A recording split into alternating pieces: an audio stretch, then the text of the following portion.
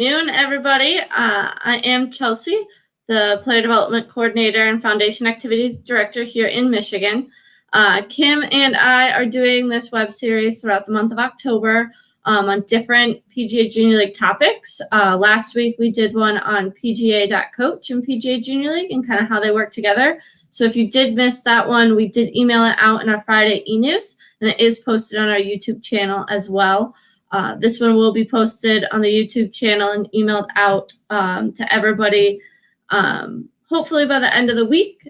And then next week, our next topic that we will be going over is kind of learning how to maximize our PGA Junior League season and all of the different add-ons we can add to it. While we go through this webinar, if you aren't actively speaking, we do just ask that you mute your mic. The mute button, if you hover your mouse, can be found down in the center. We also have a chat button, which is up in the upper right-hand corner. So if you have any quick questions and you don't want to kind of interrupt while somebody's speaking, you can always throw a chat in there, and we can kind of circle back to that. But we are going to go ahead and get started on the power of in-house leagues here with PGA Junior League. And Kim, I will let you get us started. Perfect. Thanks, Chelsea. So for those of you that might not know me, my name is Kim Schaefer, and I am a PGA and an LPGA member, and I serve as the Regional League Manager for the Indiana, Michigan, Northern, and Southern Ohio PGA sections. So for the Michigan section, I work really closely with Chelsea, basically to try to assist you with all of your player development needs, whatever that might be. So we have been brainstorming better ways to possibly connect our pros with one another so that they can share their best practices and their success stories and just learn from each other and kind of try to prepare for next season in the best way possible. So that's how we came up with these webinars. We had a great webinar last week, and we're looking forward to the next couple weeks as well. Today, we are going to be talking mainly about in-house leagues and kind of the power of in-house leagues and why they're so successful. And we have two pros with us today that are very experienced and have had a lot of success with in-house leagues. So we have Chris Ozentowski from Shepherd's Hollow and Alex Lorenz from Forest Acres with us today. And we're going to get to ask them lots of great questions and hear all of their best practices. But before we start that conversation, the one thing that we want to make sure you understand is what is an in-house league? So basically, an in-house league is when a professional decides at their facility to run their own PGA Junior League program at their golf course and to not travel and play away games at other facilities. Now, for the 2021 season, the number of players needed to host an in-house league or even any travel league and still be eligible for the postseason has actually been reduced. So previously, in other years, you needed 32 players in your league to be eligible to participate in postseason events. But this year, moving forward in 2021, you will only need 24 players to host an in-house league and be eligible to participate in the postseason. Now, there were a lot of factors that went into this decision, but one of the key factors was actually everything that we learned from this 2020 season. With COVID-19, there were a lot of professionals this year that decided to do their own small in-house leagues. Their families just did not feel comfortable with traveling to other facilities, and they felt like they wanted to stay in the healthy environment that they were comfortable with at their current facility. So we had a lot of professionals do some smaller in-house leagues for this year. We believe that in 2021 that might be the case as well. So we wanted to lower that number from 32 to 24 to allow some of those smaller in-house leagues and even smaller travel leagues to have that opportunity to still be able to participate in the postseason events. Now, I want to point out something here too, is we actually, especially this fall, had a lot of in-house leagues that were even smaller than that. So for example, I've had some in-house leagues this fall that maybe had 16 players, and the captain of that particular league might have created 2 teams of 8 players each, and they just played against each other at their own facility. Or maybe they created 4 teams of 4 players each, and played each other. I also had someone who they had 12 players, and what they did was every week they would just put the kids onto 2-person teams, and they would just play 2-person teams against one another. So there's tons and tons of flexibility for what you can do with in-house leagues. And I've got several facilities that they really aren't interested necessarily in the postseason events. So even if you had an in-house league with 16 players during the regular season, you don't need to get to that 24 number. You only need to have 24 if you're interested in playing in the postseason. Otherwise, you can have an in-house league with as many kids as register for your facility and make it work for them and create a positive experience for them. Yeah, and we have seen a really big increase in the number of captains hosting their own in-house leagues over the last couple of years. One of the main reasons for that increase is just the demand among the juniors. People kind of are seeing the practices and telling their friends about it, and just the number of kids wanting to play in PGA Junior League has been increasing. So the captains go from hosting 1 team to 2 to 4 to 6 in the last couple of years, and it can be really challenging to be scheduling away games for 4 or more teams. So a lot of the captains kind of enjoy having that in-house experience where they can set up their schedules a little bit earlier, and they're able to kind of just be totally hands-on with their team. We've also kind of found that the net promoter score for in-house leagues is significantly higher than travel leagues. We're finding that parents really enjoy getting that schedule early, knowing what to expect at every single match and practice. That level of consistency is something that they enjoy. The consumer net promoter score for an in-house league is the national average is 73, but for in-house leagues, it can be 77.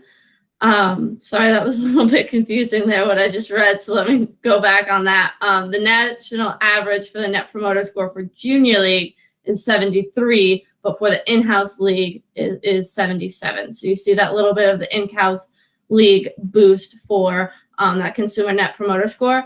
And that consumer net promoter score just kind of measures the level of happiness that consumers have with the program. So we are seeing some pretty positive feedback with those in-house leagues and the experiences that they provide for the families.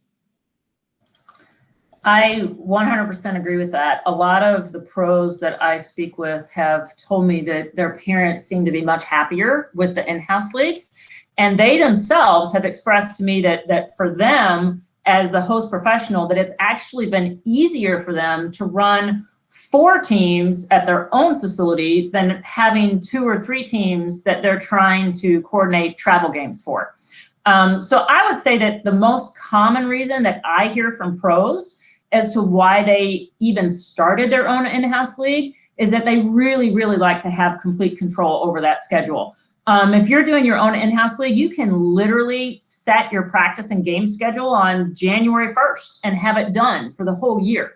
Where if you're in a travel league in the Michigan area, generally we don't know until right around May 1st exactly which league you're going to be in. And then it might take a while to get those travel schedules coordinated. So having full control over the experience is something that's very important to a lot of our professionals. And there's obviously financial benefits as well. So not only are you getting more registration fees, but every single time you host a game, you're also compounding, you know, the spectator cart fees, the food and beverage, and all that other incremental revenue as well. So there's definitely a lot of advantages for the in-house leagues.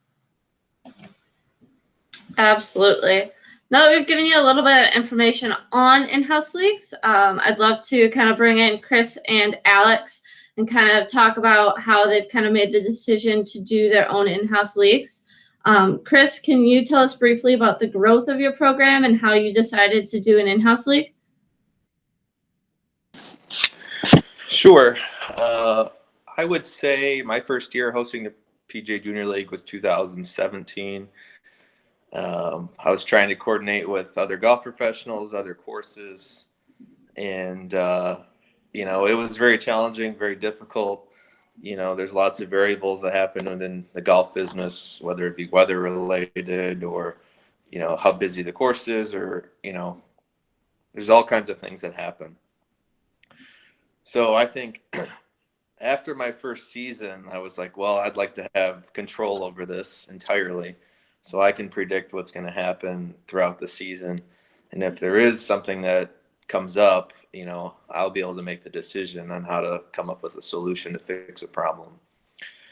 The growth of the program was 24 players in 2017. It went to 46 in 2018. And then in 2019, we had 84. And then obviously 2020, due to COVID, we didn't participate here in Shepherd's Hollow. It would have been too much to handle with all those parents. We weren't sure with, what kind of guidelines to put in place. So we decided to put a pause on the program and, restart next season. But you can see significant growth year over year within the program. So it gives you an idea that parents really do like an in-house league, and that you're able to control that program and offer a sense of consistency for the parents going forward, because they know what to expect. Yeah, absolutely. That is some awesome growth there in just those 2 short years. Alex, can you kind of tell us about the growth at your program at Forest Acres and kind of what inspired you to start the in-house league? Yeah, absolutely. And Chris, first off, I want to say that's fantastic. I actually did not know that you had that many players that quickly. That's just so awesome. A testament to what you've done, obviously. But yeah, so, the growth of our program, we started, I want to say it was 2015 or 2016. And it was just myself and one other teaching professional that decided to give it a go. And we only had one team that first year, so we did travel around to the other Lansing leagues. We had 12 kids. And then, the travel wasn't too bad with one team. In year 2, when we increased to 2 full teams, it got a little bit more hectic. And because of only having a couple staff members involved, we tried to kind of keep it at, a capped, 2-team roster. But then once we were able to get a few more staff and we opened enrollment to get more players to increase to 3 teams, and then eventually 4 and 4 for the next 2 years. It was because of that size that we said, what, and kind of what, Chris had said, just the convenience and having control over the schedule the entire year, getting it out there early. Those conveniences and having flexibility of when we do the matches, and just kind of making that decision in-house is what really kind of spurred us into it, and has kept us in it. And then with 2020, with COVID and everything, unfortunately, I lost all my support staff. So it was just myself. So I limited the number of players just so that I could make sure that they all still had, good one-on-one attention and plenty of practice time. So we actually we ran an in-house league with 19 players this year, which was great. We decided to just put them all on one team, and then each week I would just pair them up, and they would scramble and just kind of compete against everybody. So pretty good feedback in kind of an odd year, but yeah, it's the in-house league format has been huge for us here. Very easy to work with, and the parents love it. Yeah, kind of going off of that, Alex, what would be kind of your favorite part about being in an in-house league versus travel? And then do you have any kind of key feedback from any of your families that you'd like to share? Yeah, well, convenience is definitely number one. And with convenience, that's the parents love it, because we put out our schedule February 1st. For all the matches, all the practices. They know exactly what the dates and times are and where to be, so that they can kind of plan ahead and carpool if necessary and that sort of things. And, that convenience is, that's the biggest thing for me as well, especially this year, since it was just myself, just here's the schedule, here's where we're going to be, here's what we're doing, boom, and then I can structure all my other things around it. But the parents loved the fact that they knew it was the same day, same time each week for both the practices and the matches.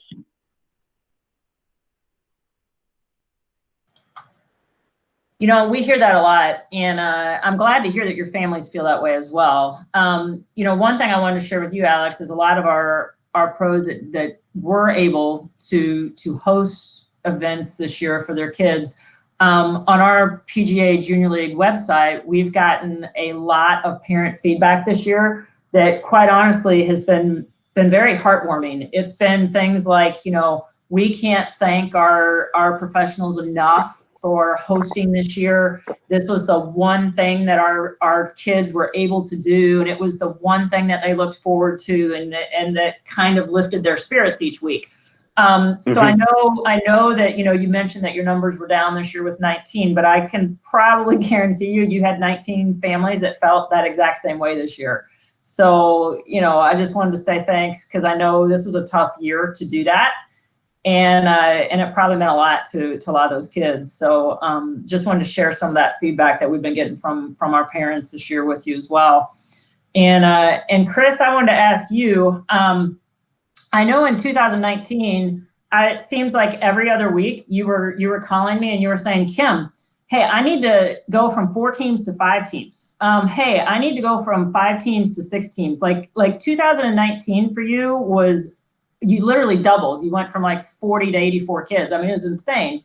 I would love for you to tell me, how do you manage, first of all, that many kids? How do you utilize, volunteers, or how do you get coaches to help with your program? What is your secret to having that many kids and feeling like you've got everything under control? Yeah, I mean, that's a good question, Kim, with realizing you got all these kids, and now what are you going to do to provide, a great experience for them where they feel like at the end of the season, this was, a good program to be a part of. I think it's really being organized, managing your time, having, 84 kids, having 7 teams of 12, having 2 different practice sessions because you can't manage all those kids in, one session. So we had like a 5:30 session of 3 teams, and then we had a 6:45 session of 4 teams. And we had 1 coach per team, and then we tried to have 1 volunteer with them as well. So you had basically a 6-to-1 ratio for either a volunteer and coach to student. So, and we also try to keep our practices, we move them from the driving range to the chipping green to the putting green, for basically every 20 minutes. So they're not sitting on the range the whole time for an hour. They lose interest. You got to be able to rotate kids around. And we were able to do that, with 2 different practice sessions and having, the volunteers and everybody kind of shuttling people around. So you got to have the staff, and you got to get creative. And, most of the parents and grandparents are willing to help if need be. So don't be afraid to utilize the parents, because they would like to be involved as well. But you also have to be careful. There can be too much involvement, and, sometimes you can lose control of your program very quickly. So make sure they still realize, who's directing the program. That's awesome. To that point, Chris, I hear from a lot of pros, and they have, just as you do, they have some very creative ways of staffing once they get to that many kids. And similar to you, they'll lots of times use their parents to help out. I usually suggest to people not to go to the first meeting and just say, hey, who would like to help? But to instead maybe handpick the parents that you would like to help, so that way Yep. you kind of have a little bit of control over which parents you're activating into your program. So there's that. I also have a lot of people that are telling me that what they're starting to do with their larger programs is they're utilizing some of their college or their high school students that they teach as assistant coaches to help out with the program. Several people have told me they also reach out to both their men's, their women's, and then even like their senior leagues that they have at their facilities, and they ask those key core golfers if they have any interest in helping grow the game, you know, and give back to the game a little bit by serving as a coach. And so we're seeing a lot more volunteers coming from some of those leagues and kind of your committed golfers that are happy to kind of give back to the kids in their programs as well. So there's a lot of different creative ways to try to get a staff for that many kids, and you're doing an awesome job. So I commend you for it, because that's a lot of kids to have and to try to manage and figure out. So you're doing fantastic with all of that. So question for you. Obviously, you're being very, very successful with your program. How have you marketed your program? You know, was there anything in particular you did to have that big boom, or was it truly just word of mouth? The answer is word of mouth, honestly. That's going to be your biggest tool for marketing. You know, we can set out the flyers and things like that, but I have so many repeats from year after year and referrals that that's what's significantly grown the program. Having that sort of experience where you make it fun and enjoyable and still educational at the same time, you know, those parents will invite their friends and their kids to do this. And I accept pretty much all ages, even from, you know, 5 to 6 years old all the way up to 13. So we try to get everybody some exposure to the game, even at such an early age. You know, obviously there's limitations with the real little ones, but just getting them involved is huge, and not turning anybody away. Anybody that wants to be involved, they're certainly welcome in our program. Perfect. I see a question on there from Chase, actually, for you, Chris, and he says, how do you make that much space on your tee sheet for game days? Well, thankfully, we're 27 holes here at Shepherd's Hollow, so I'm able to, you know, on a game day, we're able to about 2:30 or so shut down, you know, turn times from 1 to 9. So I'm able to have a whole 9 holes set up for, you know, to host 8 teams, I guess, essentially for a match. And we do have some A and B groups, so that's how I'm able to do it. Awesome, thanks. One more question for you. So with the growth of your program, what kind of value have you seen from hosting an in-house league, not just to you, but also to the facility? Well, I think obviously with that much traffic coming through your facility, you'll see a lot of, you know, food and beverage, you know, revenue generated. You know, even weekly after practices, they'll stay after and have lunch, or stay after and have dinner. Same thing with matches. You know, you get some cart rental agreement fees, some volunteers that people want to watch the matches. The exposure to the facility, where you get more green fees because, you know, the parents want to play the golf course as well. The kids want to practice before matches, so you even get, you know, I see them even out here on Fridays and Saturdays for a Sunday match wanting to practice, knowing what 9 they're going to play on Sunday. So you get the additional green fee revenue. And I think one good thing, even to touch base on individual basis, is for me is you get more individual lessons out of this. You know, they see how organized your program is, and you know, you can only teach so much in a group setting environment. And sometimes the parents want to give, you know, their kids more in depth on an individual basis. So I can see a lot of personal lessons growth out of this program as well. Awesome. Perfect. Alex, obviously there's the financial benefit that we kind of touched on, but what kind of intangibles have you seen from the program? Well, yeah, because everything Chris said there. I mean, we see that more traffic to the facility, more, you know, staying after practice and or coming before practice and matches to do more to spend more time working on the game. But I would say the largest intangible, especially with seeing, you know, some of these families that maybe maybe the junior, when they first came, to enroll in the program, didn't have any clubs, never touched a club before, but seeing how they just grow to love the game and how much fun they're having, and then the parents having, fun as well, because they see their junior picking up something new. And I've had numerous families where when they started with me year one, nobody in the family golfed. And then by year 3, they're all kind of taking a liking to it. The mom, the dad, maybe the younger sisters getting involved in the program, and just the level of fun, and to see the smiles on the faces when they hit, a fantastic shot. I mean, those are some of the intangibles, but there's a huge, financial benefit to the facility with having all these newcomers coming out and utilizing the facility. Yeah, absolutely. Kim and I often hear a lot of comments really similar to what you shared. Kind of being able to get that loyal customer base, being able to see the people, building those relationships, and kind of creating that golf course as that space that the family really wants to be together, and kind of their place on a Friday, Saturday, Sunday night type thing.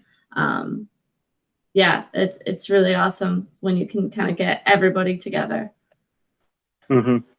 Yeah, I agree, Alex. What you just described is exactly, I think, one of the key intangible benefits from the program is, I hear from pros all the time saying, I don't think our families now look at our golf course as just a golf course. They look at it as a community, and they look at it as a place where their families and their team can go and be together and create those relationships. And, ultimately it's those relationships with the families that, for you as the staff at the facility, that's the most valuable thing, because that's what's going to translate into, a lifelong friendship, lifelong golfers, lifelong customers. So, I love hearing that. And, I know you had mentioned that you started off with just the junior golfers playing, and then 2 or 3 years down the road, you said next thing you know, you've got other family members that are starting to play, whether it be a mom or a dad or whoever that might be. And in 2 weeks, we're going to be doing another webinar on the PGA Family Cup. And I know you actually hosted a PGA Family Cup this year as a pilot program, and there's going to be a nationwide launch of this new initiative, the PGA Family Cup, this next year. And you spoke volumes already about how it's just going to be a really natural transition from PGA Junior League to PGA Family Cup, and giving that opportunity to entire families. Just real briefly, would you say, give me a real brief synopsis, but would you say that your PGA Family Cup event was a hit this year? Oh, absolutely. And I mean, once we finished the event and all the great feedback I got from parents on it, it was always something we wanted to do, in terms of okay, the season's over, let's all get together and have some fun and do a little scramble. And so, everything that comes with the Family Cup, the tee gifts and, everything, it was just absolutely awesome. And we plan to grow it and utilize it as, our kind of end of season, get everybody together. Let's, have some pizza afterwards, that kind of thing. It was absolutely awesome. I would recommend it to anyone, as long as they have the space to do it at their course.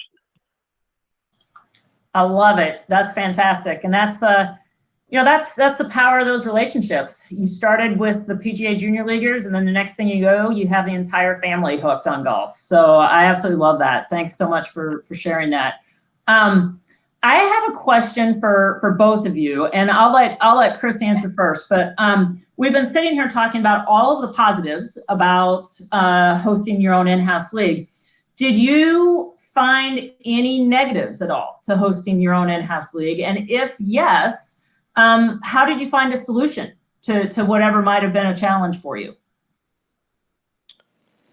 For me, I guess you could say, is with that many kids, you have such a wide range of skill sets and how to address those issues where it can be competitive.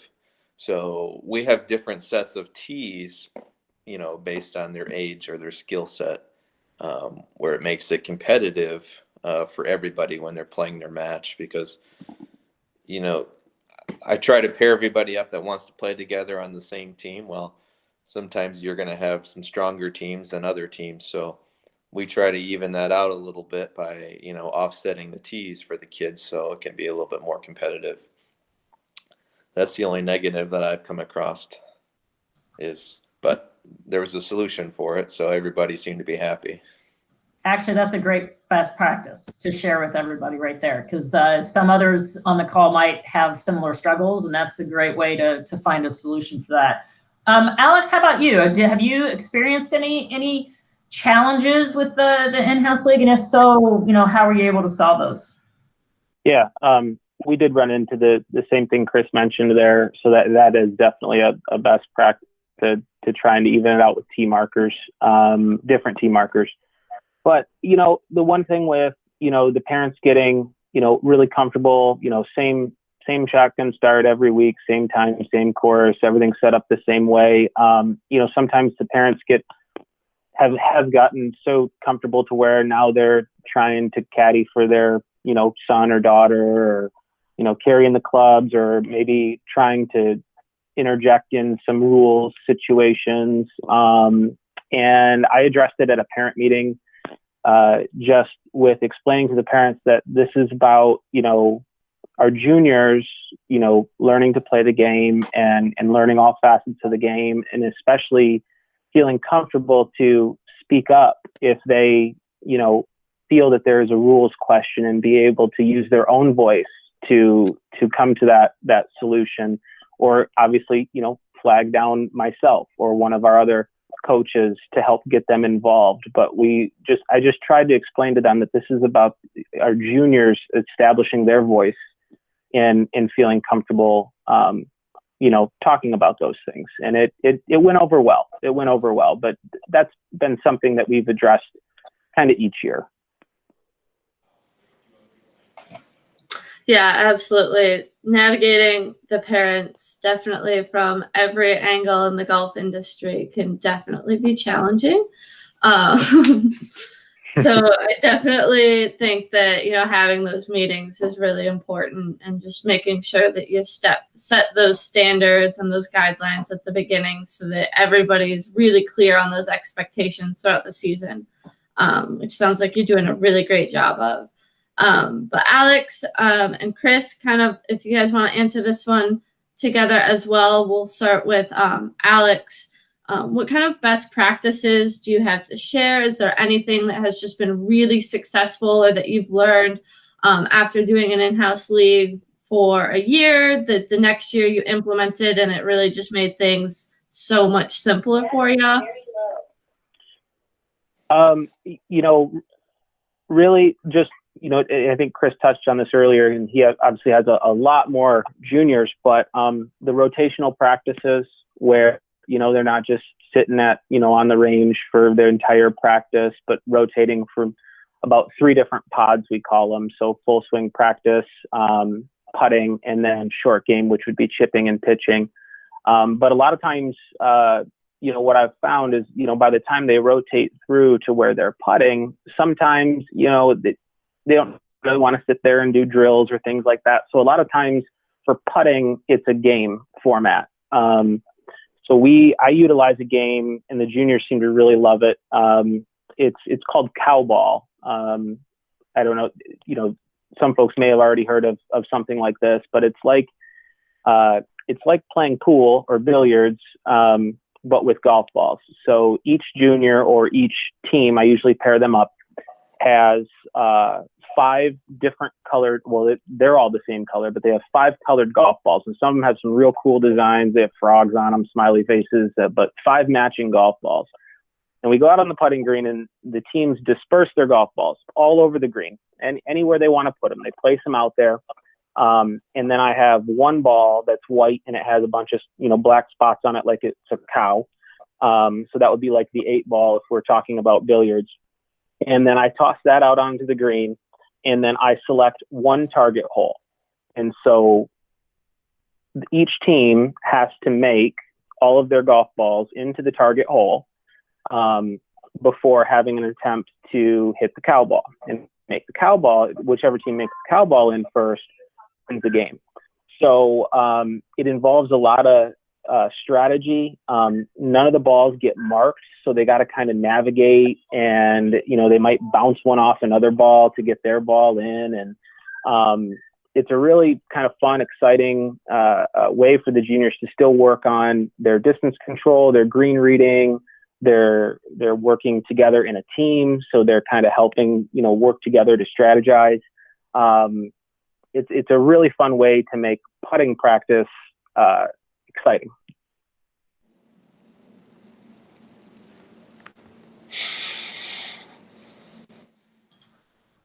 I love that. I've never heard of cow ball before, but that sounds like so much fun. It's great. I think that's great. And I saw Chase chimed in and said that he loves that idea too. So I have a feeling they'll be doing that at Chase's course next year also.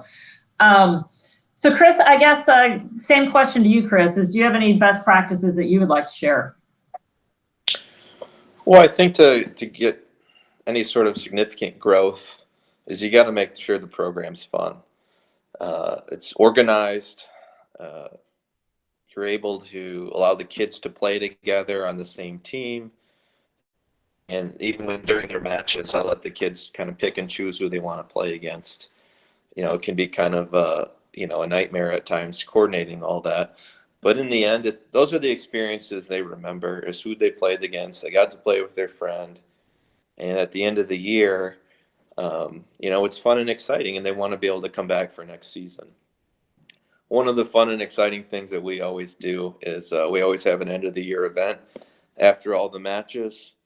I'll set up the course, the practice putting green with 9 holes, and I kind of rope them off with string and create like a putt-putt course, like a contest, and make sure that everybody keeps score, and at the end of the contest with all 84 kids, there's going to be a winner of the program. And last year it was pretty exciting. We had a tie, and then we had a playoff, kind of a putt off, and it was cool to have that many kids around there, and it was almost like a stadium type environment where you had 50 people looking at a hole, 3 kids on a playoff. So it was pretty cool. So you got to make sure your program is fun and enjoyable, because word of mouth is the best sort of marketing material you can have. And I can see that I'm proof of that. Chris, I remember you sent me some pictures from that night when you had that putting contest, and there were a ton of smiles and a lot of high fives going on. So I know everybody had a really good time that night. I don't know if either one of you either saw our webinar last week, or if either one of you have completed the PGA.coach training, but our webinar last week was on PGA.coach and the new American development model specifically for golf. And if you haven't done so, or anybody on the call that hasn't done so, I would highly suggest that you visit the PGA.coach website, go through the American development model training and become certified in that.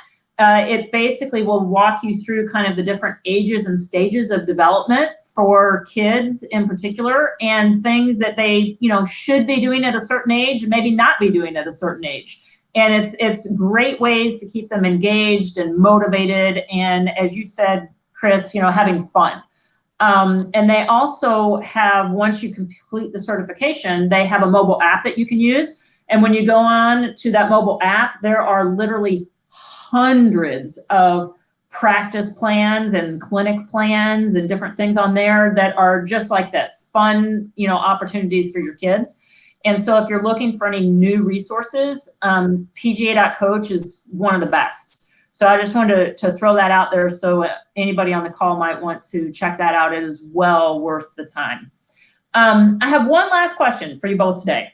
Alex, I'm going to let you answer first. What would you say to any professional that's kind of on the fence about whether they should do an in-house league or not? Is there anything that anything that you would want to tell them directly? Well, the biggest thing is, because there's so many benefits to doing it, but the biggest thing is making sure that you have enough good quality staff so that everybody gets plenty of instruction, plenty of attention.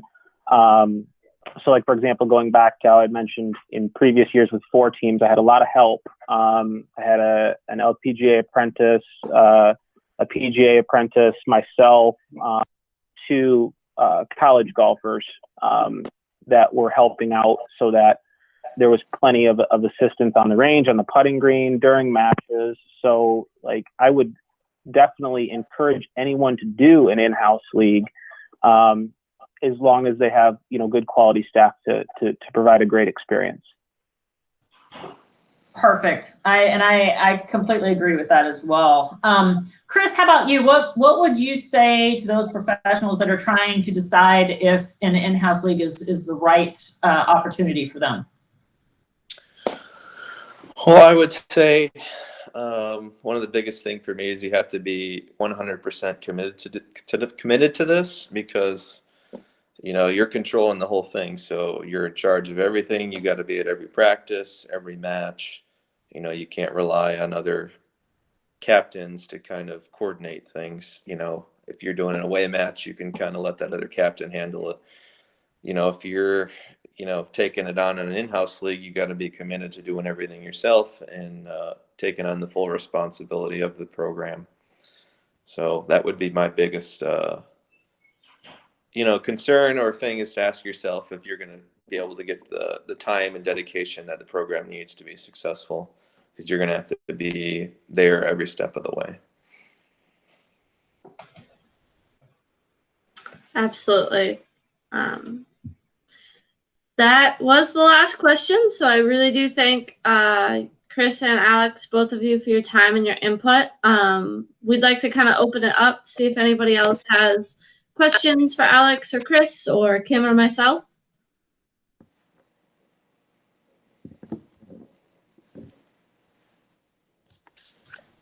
All right. Well, I think that kind of wraps up our webinar today. Thank you again, Chris and Alex. We really appreciate you sharing some of your insights with us. And, yeah, thank you for having us. Practices. It's great to have you guys on and sharing. Yeah, thank you guys both so much. You were so thorough. There was no questions. You hammered it right out. That was awesome. Thank you to everybody that jumped on today. And just as a reminder, Chelsea's going to share this video out with all of the members in the section. So, you know, you will have access to that video at some point in time. And we just encourage you to join us next week. As next week at 10 a.m. next Tuesday, we will be basically doing a seminar on how to elevate your PGA Junior League experience. So all sorts of different opportunities and ways to learn, and, you know, something that maybe you're not doing that you might want to do. So I think it'll be a great opportunity to chat and learn some more. So thank you to everybody, and thanks to Chelsea for hosting today, and we will hopefully see everybody next week. Sounds great. Thanks for having me. Yep. Thank you, guys. You got it. See everybody. Bye. Thank you.